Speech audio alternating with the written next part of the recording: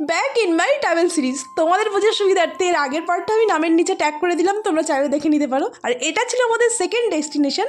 ঘড়িতে ওই 6:45 বাজে আমরা পৌঁছে গেছি হরিদ্বার। আর এখানে ট্রেন থেকে নামার পরে এত ঠান্ডা লাগছিল যে ওই বেডশিটটাই গায়ে জড়িয়ে নিয়েছিলাম, কারণ সেই ছোট্টবেলায় এসেছিলাম তো ভুলেই গিয়েছিলাম যে এত ঠান্ডা হতে পারে এই গরমে।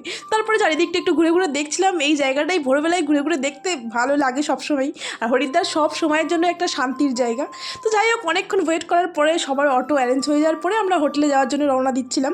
আর এই চারিদিকে মহাদেবকে দেখতে এত ভালো লাগছিল না। তো যাই হোক, তারপরে হোটেলে এসে জাস্ট ব্যাগটা রেখে আর একটুও টাইম নষ্ট করে নিই, গঙ্গার পাড়ে চলে যাই। এই ভোরবেলায় লোকজন তখন খুব কম, কোনো আওয়াজই ছিল না, দু একটা পাখির আওয়াজ। আর এত সুন্দর লাগছিল এখানে বসে থাকতে, প্রায় ঘন্টাখানেক শুধু বসেই ছিলাম।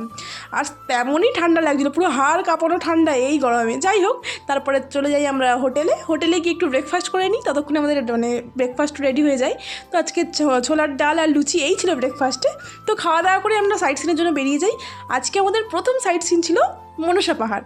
তো হোটেল থেকে ওই 10 মিনিট মতো অটোতে লেগেছে। তো এখানে সবাইকে বসিয়ে রেখে আমি চলে গিয়েছিলাম টিকিট কাটতে। এই হলো প্রত্যেকের টিকিট।